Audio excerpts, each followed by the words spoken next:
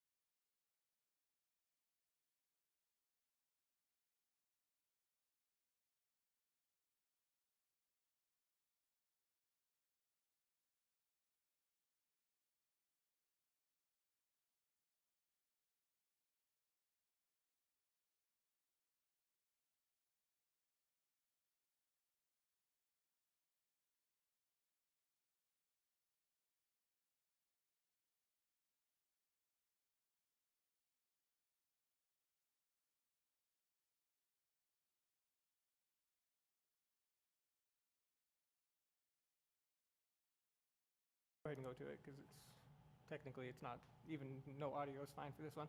Just our reminder of normally I'd have George do this one.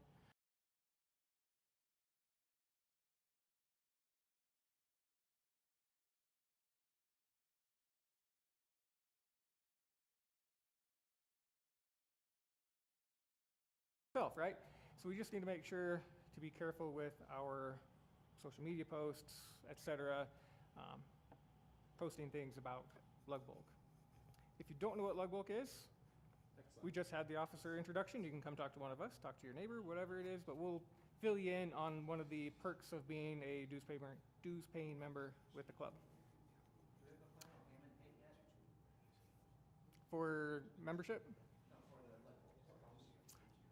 It is, well, no, because what they do is we'll get the invoice from Lego, and then when we get that invoice is when we do the week or 2 weeks, whatever it is. So yeah, and you can make payments early too. Like I made, my payment up until like $1.50 or whatever of my total, because with the customs or taxes and stuff like that, it does shift a little bit. So in years past, we've had where like, oh, everybody owes $1.20 or something. So rather than dealing with that later, I just, paid a chunk and take care of the rest of it later. But that's just me. Do you need me on my phone for this, Mike? Or are you getting it? I forgot to do it because I thought he'd swap the computer. We'll come back to this after the box. How's that sound? That works. Okay. Rick, you're up. Oh, I'm up. Okay. Are you gonna pause the stream? No, I'm gonna leave it go. I'm just gonna stand up for it. Is the stream running? Yeah, it's right. Because I don't see it running. Hot stuff. I'll refresh the page when it gets in. You're good. You're good. All right, social media update. What I'd like to do for the entire LUG is start highlighting member builds. So if you've got, like, I'll use Wellman, use it as an example, your zoo, I want to put that out on our short for YouTube, a YouTube video on it, Instagram, stuff like that to get our word out. There are a number of LUGs on YouTube. Right now, outside of Rebel LUG, I think we've got the biggest subscription rate going at 39 people. So, 40. Hey, we got 40 now, okay. I don't have the number for Instagram, only because I've been trying to busy to get YouTube up and running.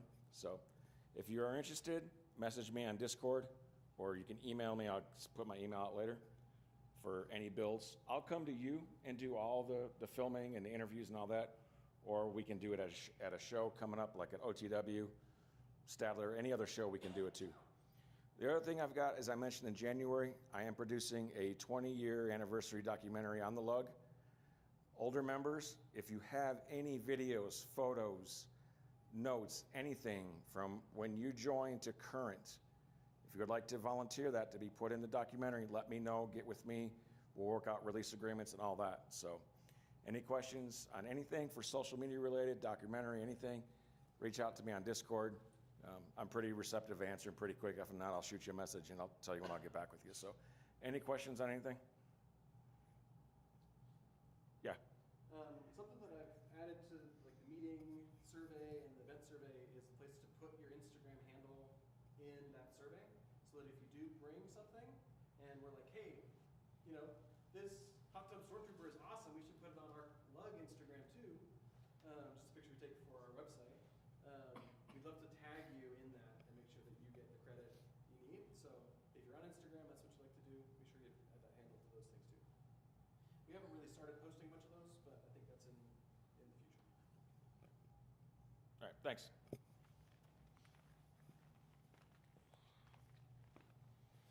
Who's up next? Max. All right, you're my own creations. Glad to see everyone that brought something has something to tell us about. Oh, I have a microphone, but it's really weird to talk into this because normally it's hearing. Okay, I will do. Yeah, I'm used to hearing the feedback, right? So it's like, where is it going to be? Okay, so yeah, anyone that brought something to share with the group, we will start on this side of the table and we'll work our way that way. You can tell us the name of your mock, tell us your name, and yeah.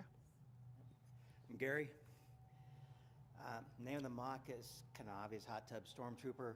I signed up to display this year at Brickworld Chicago, and I needed something that was small enough to travel with on the plane, so this is what I came up with. And then it was my first ever attempt to mock motor functions. Let's see if this works without falling apart. There, got the jets going. All right, that's it.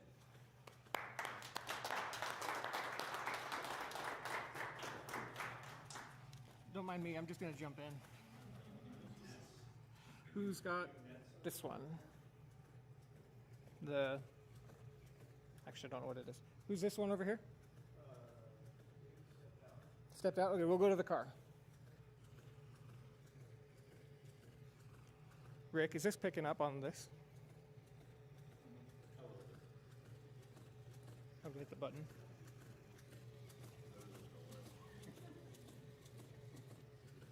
There you go.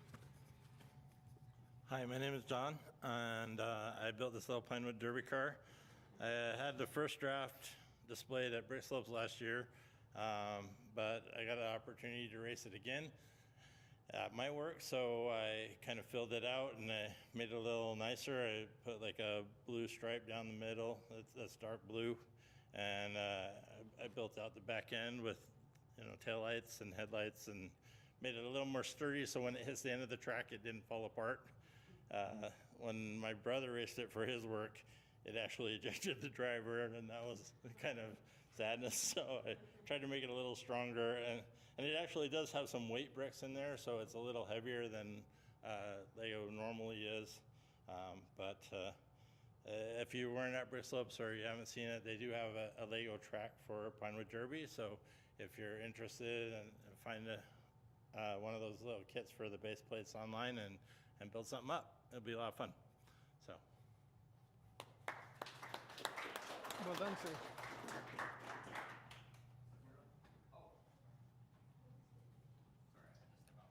Oh, you're good? Okay, is this thing working? I can't. Yeah, it's Okay. Okay, sorry. So I brought this little mock here. I don't know if any of you guys have played The Legend of Zelda, but this is one of the characters from one of the games from Twilight Princess. So, yeah, that was basically it. So, nice. okay.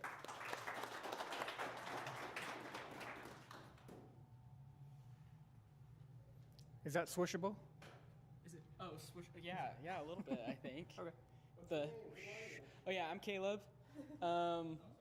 I built this deep space research vessel for last Friendship Timber.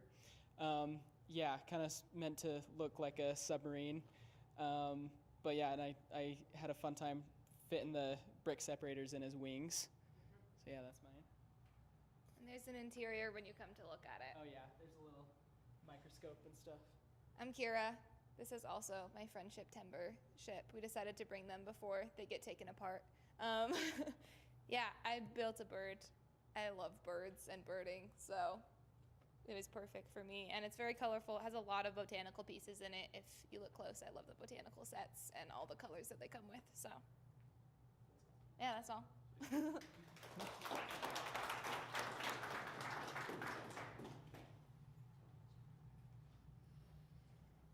Birds fly. Is it swishable? Swooshable? Hi, I'm Weston.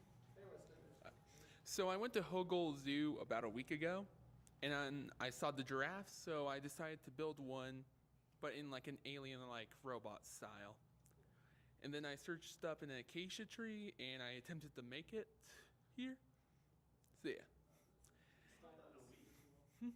Otherwise, I'm still working on it, gonna add some grass. But yeah.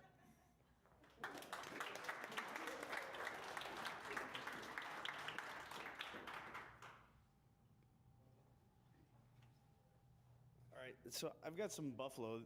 This is an old design, just a regular American bison. And then we were working on one for Utah Tech, so we had to do the red and white. But then this year is the 250th anniversary of the United States, 4th of July. And it's called the semi-quincentennial, which is a mouthful. But I like to call this the bicentennial. So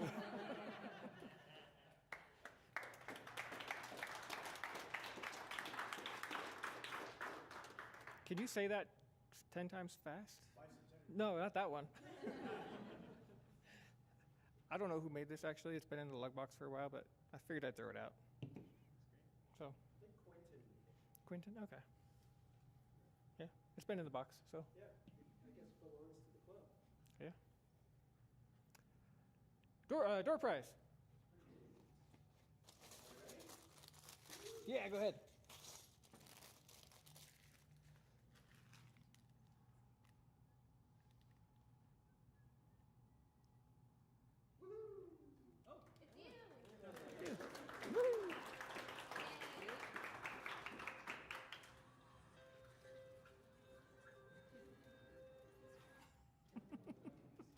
See, like I say, we need soundboard.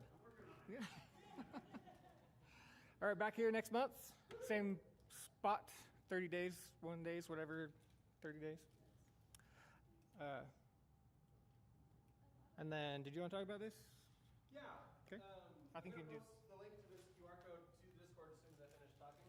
But one of the questions we've had from the officers is, maybe I don't have to shout as much anymore, is how can we make these meetings better for you? What do you come to these meetings for? How important is it for you to hear is it important for you that we use this meeting time to coordinate who's bringing what to shows? Is it important that we get through announcements as quickly as possible and do Lego stuff instead? Is it important to have really good show and tell mock stuff? Do you like the draft? Do you like presentations? Do you like games? I want to know what you want to come to a meeting to do, right? So that we can try and optimize the time that we have to help you guys feel like you're really getting what you want out of the club and out of our meetings. So there's a QR code here. I'll post the link to Discord in just a second, and I'll give you a minute or two to just think through and answer that. And then just as a plug, if you didn't know, we are posting some updates and images from each of our meetings to the website. The hope is that they're all in one place so they're easy to find, but also so that if someone is like, hey, should I come to a meeting, there are pictures of the kinds of things you might see at a meeting. So that's kind of how that's going. So I'll give you a minute to do that. Let me get that link posted.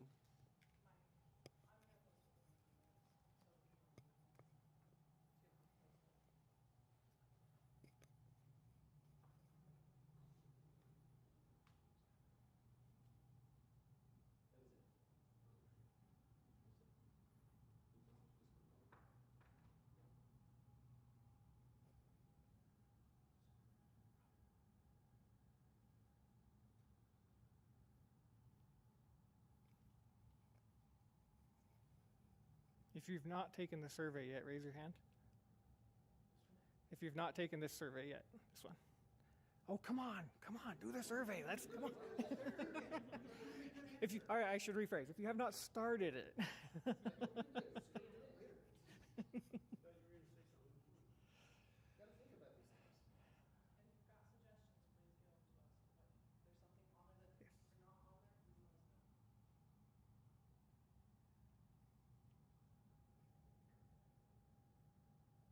I don't see any phones held up either, needing the QR still.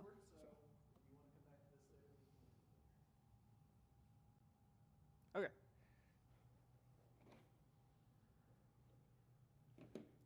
I gotta put this down. That was perfect timing because y'all have your noses in your phones while I'm getting ready, so very nice.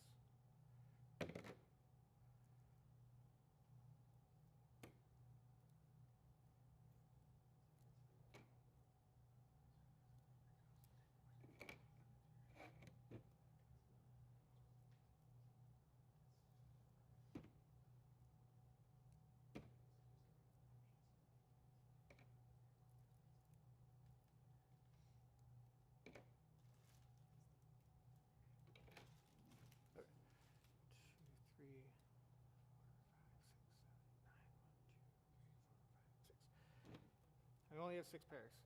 So, group up with neighbors.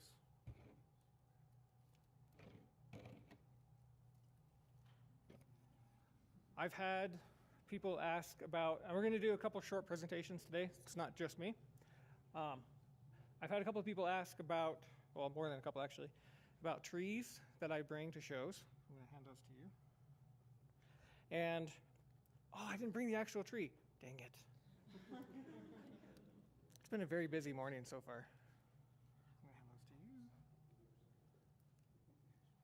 Actually, let's see. Let's do you guys right here, kind of all, because I got to make sure to the other side that you take those. And then, let's see, I got 3 pair left. We'll do, okay. There. And I'll hand you those. Right behind you also the 3 of you, and then you guys over here. I'm going to borrow one of yours actually. Okay. So my trees, it's going to be really difficult with a microphone. Am I on here? Yeah. Oh, sweet. Okay. Go ahead and break them up to the individual elements.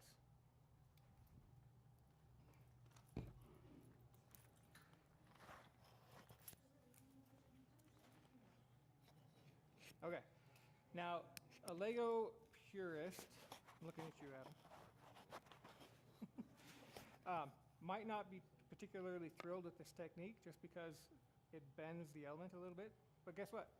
This is like a rubbery whatever type of piece, so it doesn't even matter. So the way that I have built my trees is anti-stud out. And I know it might be a little bit harder to see further away and whatnot, but you just come in and then, yeah, I was gonna say, can you get it on the projector maybe? Mike's doing something fancy. Let's see what he's got. Yeah, give me a second.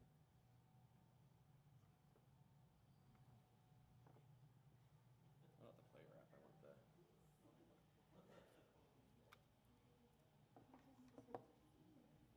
Okay. I'm gonna stand like this so it's, And don't stand in front of the camera, Joe. I can catch it on the camera. I'm gonna come sit by Mike. Hi, Mike. All right. So your two pieces are gonna come together as such. And then when you fold it down, you're basically just gonna pop these two here over each other. Okay? And you can see as I pull on it, it's not coming apart. I'll do that again. So it comes through, and then just twist it to pop it like that.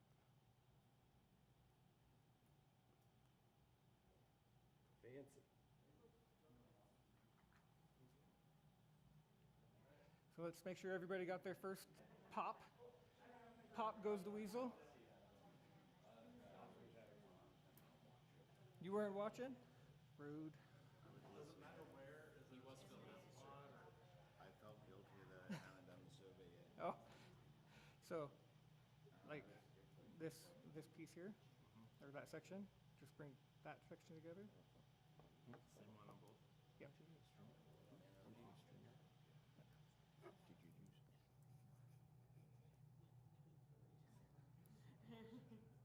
like that, and then it pops. That's right.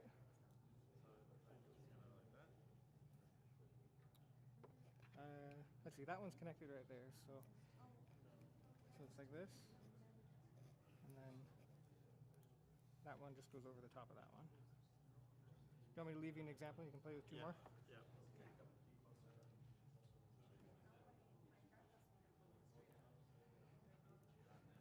All right. The reason I grouped them in 5 or 6, not 6 or 7, is because you're just going to go all the way around.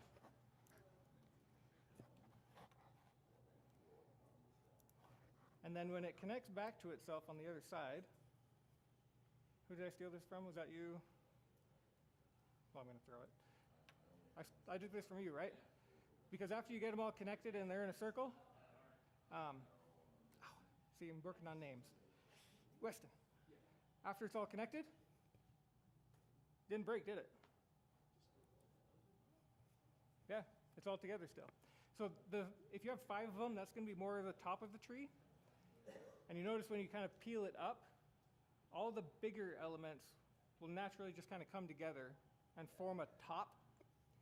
And then as you work your way in the tree, you're going to do 5, 6, 6, maybe then 7, 7.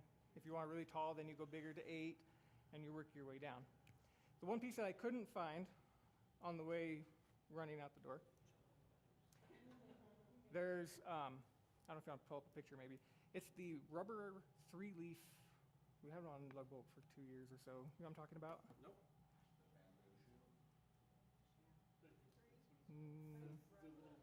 It's like rubbery. It has a bar and 3 leaves, and it's about this big.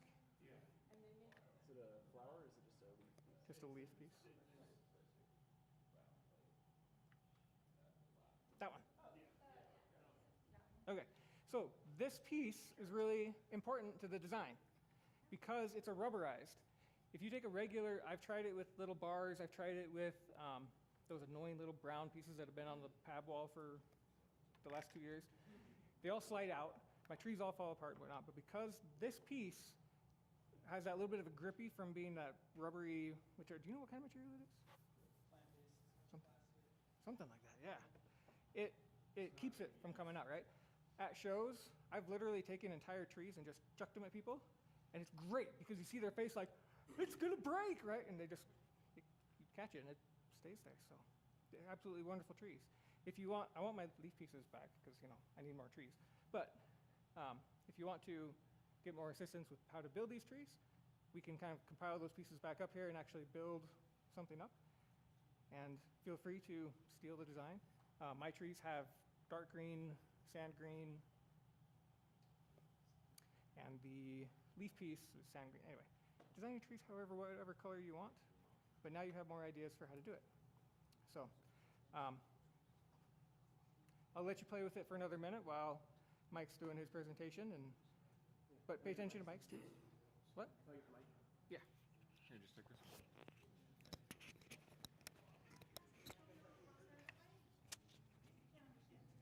Yeah, I'll come up. Yeah. Okay, let's clip this on. All right, so my little mini presentation today is all about an online mosaic tool that I really like. There have been a couple people who've asked about building mosaics in Studio, and my answer is don't. Don't do it. It's not the best. It's quite far from the best. And so I want to just kind of show you this tool. I'm working on something for our video game show in August. And I don't know if any of you are 90s computer gaming fans, but if you are, this might look familiar. This is from Myst, the best-selling computer game of the 20th century. And anyway, here's the link. It's lego-art-remix.com. And I'm just going to go really quick and show you how it works. So I've got to, let's redo the size of this window here so that it actually works. If I can grab it. Grab it. Because the projector screen is not showing us the full size of stuff. So if we can, okay, that looks better. All right, so you start by just finding an image. Oh, it's not actually working. Hold on. I got to look at the actual. No, because I've got about 100 pixels of space to the left that the projector isn't showing that I'm trying to not cover up. So like that's the edge of my screen there, but I've got to pull it all the way over. Okay, so we start by picking an image, and I've got my image right here. Images that work well for mosaics are going to be images that have high contrast and sharp edges and not tons and tons and tons of detail. I've tried to do this with my photography for a long time. I'm a nature photographer, and let me tell you that like sunbursts just don't translate well into dots. And so vectors are good. Anything animated is easy. Even things that are from like a screenshot from a movie. What we're going to do is I'll show you a few tricks to help with some of those images in just a second. We have 4 steps to building your mosaic. The first step here is just, hey, here's your image. What part of the image are we going to look at? And what size of build do you want? So right now the default is 48 studs by 48 studs. It comes in increments of 16. So let's say I wanted this to be, for example, that's backwards, 48 wide and 96 high. So there I have my little image, and I can grab the corners and resize it if I want to get the whole thing. And there it is. Step 2 is going to tell me here is the pixelated version of your image. How do you want us to handle that? And so I have lots of control over how I want it to work. The first thing it's doing is it's saying, hey, are we just going to use a default one to say which color goes in which spot? And I can change that with a lot of things. I can say, hey, I want you to look at, all the pixels that fit into my dot and take the average of those dots to pick a color. I can say, actually, no, I want you to pick the darkest color from that group. That's the min pooling there. Or I want you to pick the brightest, right? And so you can kind of play around with it and see what do I like from there. The dual min-max pooling says I get the min and the max and then take the average of those 2 things instead. So you can play a lot around with kind of how that works. This actually looks pretty good to have all those little edges on it. And then I can also modify the image in this tool, which is really cool. I can say, hey, I want to change the colors really drastically, which maybe you do, maybe you don't.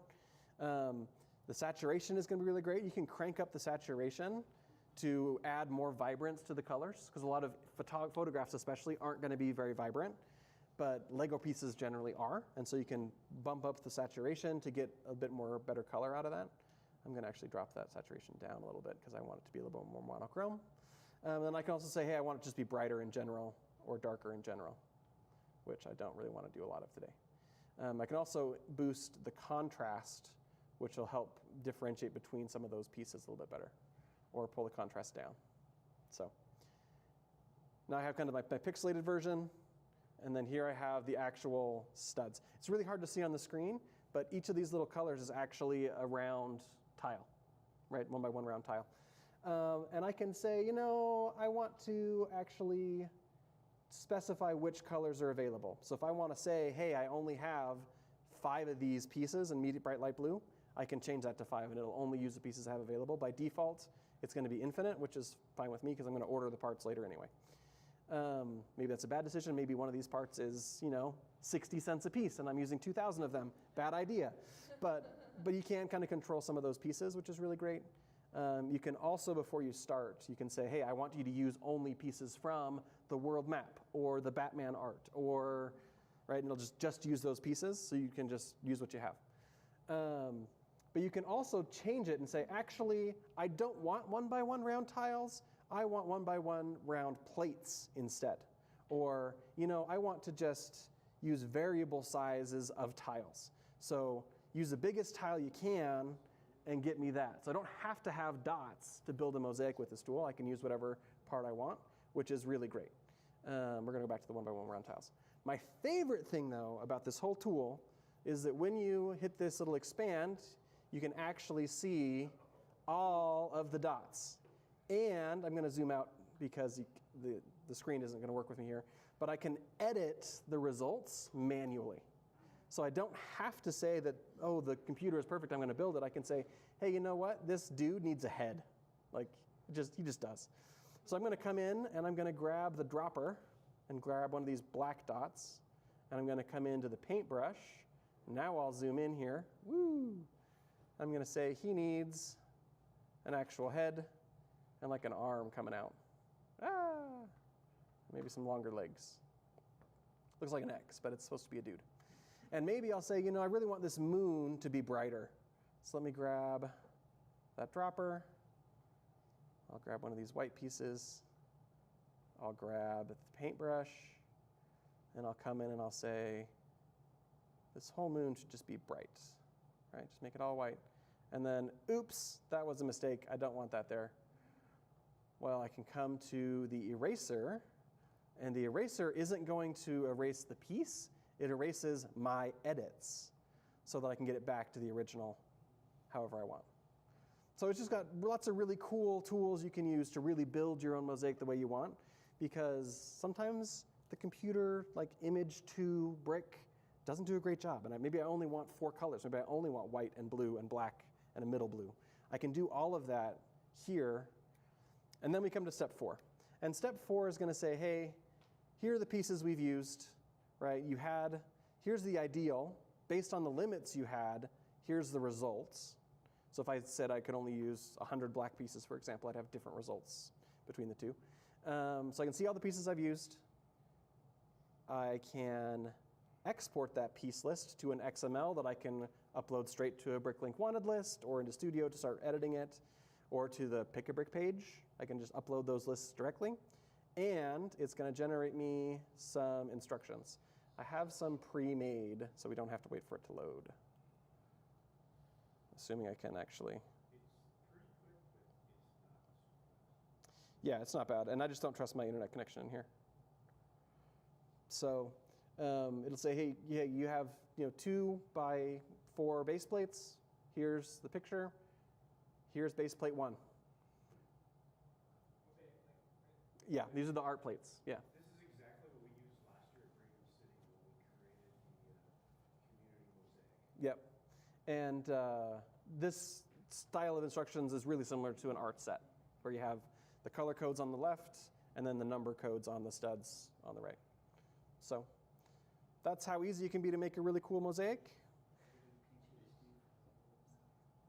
And hope you guys enjoy it. Mike, I haven't played with this since January of last year at Brigham City. Yeah. They have the ability to save like import stuff. No. So you can't make a mosaic and then do it and then like come back 2 weeks later and edit it. Yeah. The good news is that they say they don't save any of your pictures. So if you're like uploading a picture of your kid or something, they're not going to have it saved on their server. So the one caution on this is it's one and done. When you upload your I'm on it. photo, I'm on it. you're super happy with it, export it to instructions and be Right. Well, and the other thing I do, oops, see, it's gone, is I right-click on the final image, and I just save that image so that I have the actual image. Because if I were to come in and upload the dots as my image to source, it would do a much better job of matching those dots to dots than the original. So there are a few ways around it. A few ways around it, but yeah. All right, so that's what I got.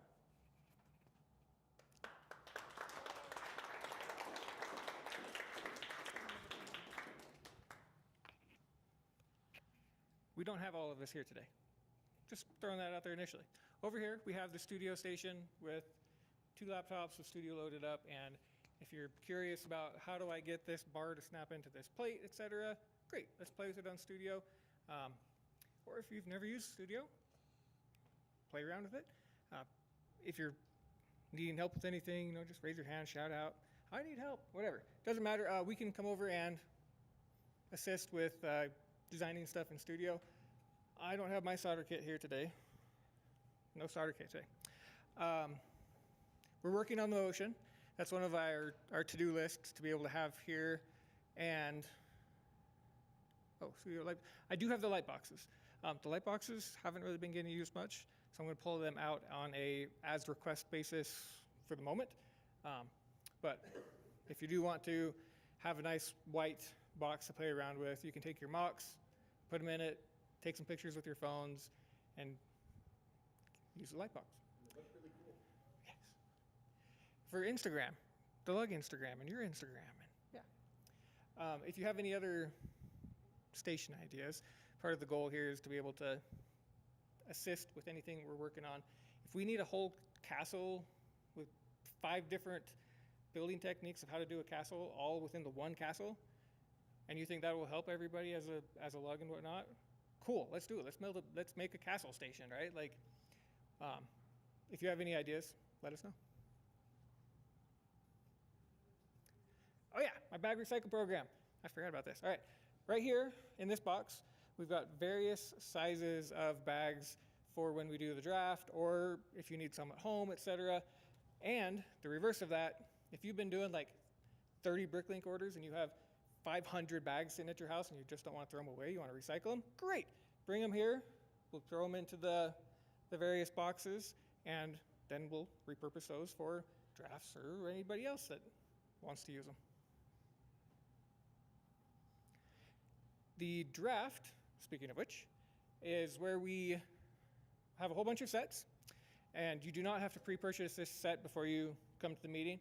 That's one of the things that is a little bit unique for our ULUG, is that the ULUG purchases all the sets beforehand for you. And we take all of the elements within that set, we divide them out into a whole bunch of cups. You do not have to be a dues paying member for this. You can buy into the draft. And what that buy-in does is once all the elements are separated out, everybody gets put randomly in a list, and when it's your turn, you get to pick the cup of that element. And then the next person, then the next person, then it comes back to me, and I pick another cup of another element, etc. Any questions about the draft? I know that was like the whole draft in 30 seconds, but if you've never done one, stick around, participate. It's fun. It's good. You get elements. I mean, you have to pay for it, but you get elements. Okay. Does anyone have anything for the group? Because this is it before we draft.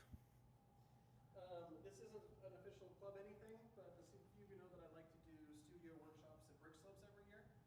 And this year I'm going all out. It is going to be amazing. But that means that I want to do a dry run. And so this Wednesday night at my house, if anyone wants to come do a dry run with me, I would love it. All abilities of studio welcome. It's an intro to studio thing, so you literally can come with no skills. That's fine. I do ask that you have studio installed on your machine. I'll post some times and get interest on Discord on the studio member channel. So if you're interested, let me know, and I'll message you my address. So that'll be Wednesday night next week at my house. I'm just impressed that it's a Brick Slopes thing and it's not August yet. Well, one of the things I want